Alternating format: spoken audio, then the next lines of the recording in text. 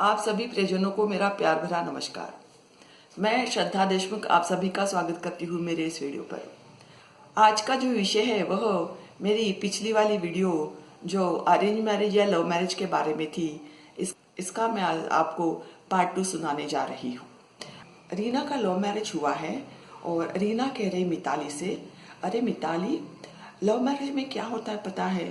अगर हमने love marriage माता पिता के अनुमति के साथ भी किया है तो भी लव मैरिज में शादी होने के बाद उनके लाइफ पर उनका जीवन कैसे चल रहा है इसके ऊपर लोग कड़ी नज़र रखते हैं।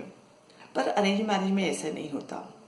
अरे हाँ ना रीना, देखो अरेंज मैरिज में कैसे होता है कि ये एक के सब सोचते हैं कि ये तो अरेंज मैरिज है, धीरे धीरे सब कुछ ठीक हो जाता है और सभी के जिनके अरेंज मैरिज हो गए हैं उनका उदाहरण उनके सामने रहता है तो वो उसमें कुछ प्रॉब्लम आने वाली है ऐसी बात तो बिल्कुल सोचते नहीं है। हाँ मिताली, धीरे आगे चलकर सब कुछ ठीक होने वाला है, ऐसी सोच में सब कुछ ठीक ही होगा, ऐसा सोच के लोग उसके बारे में ज़्यादा सोचने की तकलीफ नहीं उठाते हैं। पर एक बात है मिताली, रीना कहती है कि लव मैरिज में हमारी जो बाकी की सहेलियां हैं जिनका लव मैरिज हुआ है उनका मार्गदर्शन मिलना, उनकी सलाह मिलना, उनके साथ अच्छी दोस्ती बनना, ये बात अच्छे से बहुत अच्छे से हो सकती है।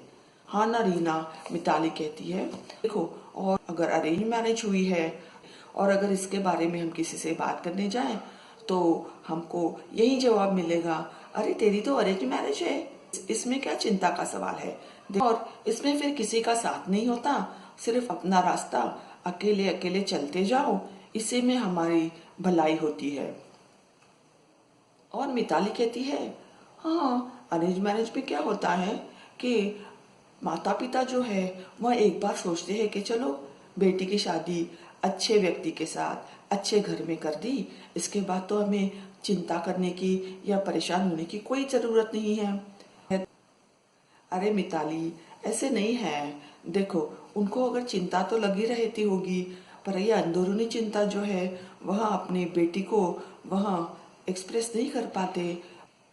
और तुमको पता है मिताली, रीना कहती है कि देखो ना, वैसे उनकी अगर कोई भी लड़ाई हो, कुछ भी अनबन हो या दोहरी राय हो किसी बात को लेकर, तो उनके बीच में पड़ना ये बिल्कुल सही नहीं होता।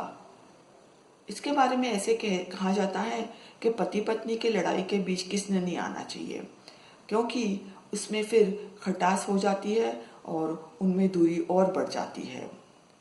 इसीलिए हाँ ना रीना, मिताली कहती है, बराबर कहा। पति पत्नी के बीच अगर कोई लड़ाई या कोई मतभिन्नता या कोई झगड़ा हो जाता है, जन को सुलझाने के लिए उन दोनों को अकेला छोड़ देना चाहिए। इससे क्या हो जाता है कि दोनों के बीच में समझौता बढ़ जाता है, दोनों को एक दूसरे के स्वभाव के बारे में पता चल जाता है और एक दूसरे के प्रति प्यार भी बढ़ जाता है। ये तो बिल्कुल सही कहा रीना के है। मिताली, देखो, अगर दो व्यक्ति साथ में रह रहे हैं तो कभी ना कभी तो उनकी लड़ाई, कुछ वाद, कुछ बात को लेकर मतभिन्नता या किसी बात पर अड़े रहना, ये तो सब सहज रूप से होता रहता है।